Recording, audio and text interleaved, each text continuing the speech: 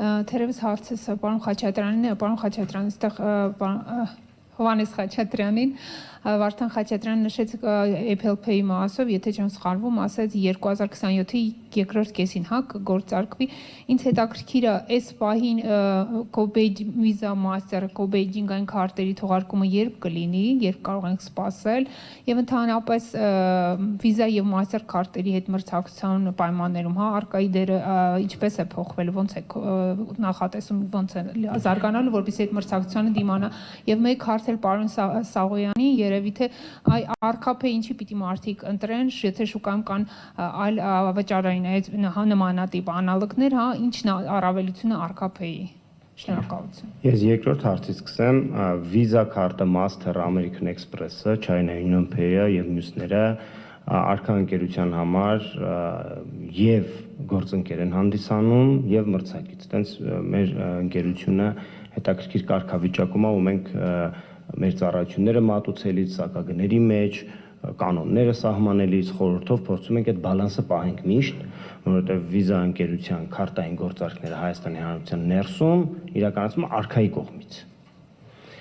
Բայց միևնույն ժամանակ մենք թողարկում ենք արքաքարտ, որը մրցակից է վիզա քարտի։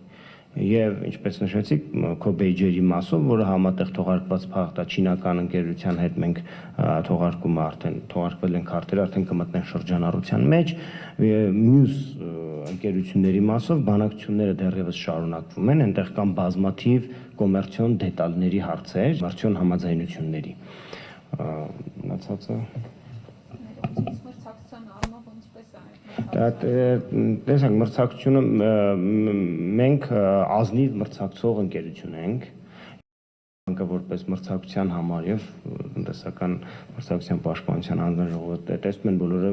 արքայի վիզա եւ մաստեր քարտի գործողությունները եւ հակամրցակցային ինչ որ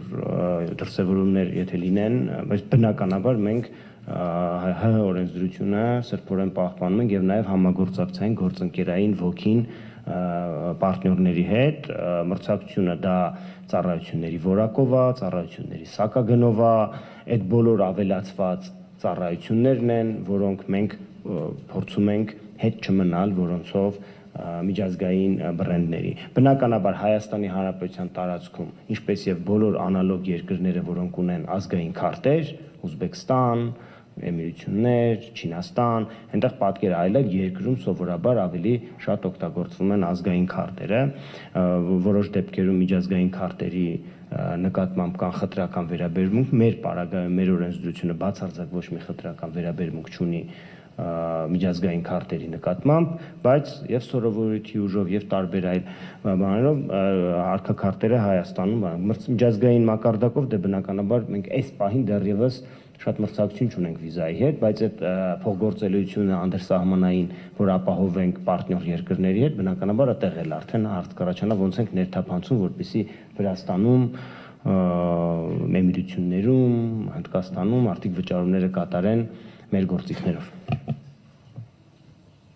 Ինչ վերաբերում է արքափեի համակարգին, նախ եւ առաջ ասեմ, որ Հայաստանի Հանրապետությունում ինքը անալոգ չունի, ուղղակի չունի համարով փոխանցումներն են, բայց արքափեի առավելությունները հետևյալն են, նախ եւ առաջ քարտի 16 նիշի փոխարեն ուղղակի ստացողի հեռախոսահամարն է ֆիքսում ու փոխանցումը առցանց հաշվ է գրվում հաճախորդի ստացող հաճախորդի բանկային հաշվին, այսինքն ինձ թվում է բոլորս ինչ որ մի իրավիճակի բախվել են, երբ քարտից քարտ փոխանցում է լինում, փողը քարտի վրա երևում է, բայց բանկային հաշվին չի արտացոլվում ու եթե կարիք կա հենց բանկային հաշվից վճարում անելու, դա հնարավոր չի լինում, այսինքն մի աշխատանքան օր ժամանակադատվում, իսկ տվյալ դեպքում հաշվեգրումը կատարվում է ուղիղ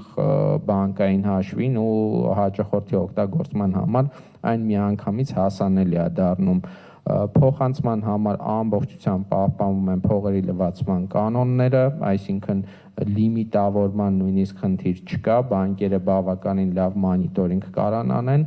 ու նաև արքայի ու բանկերի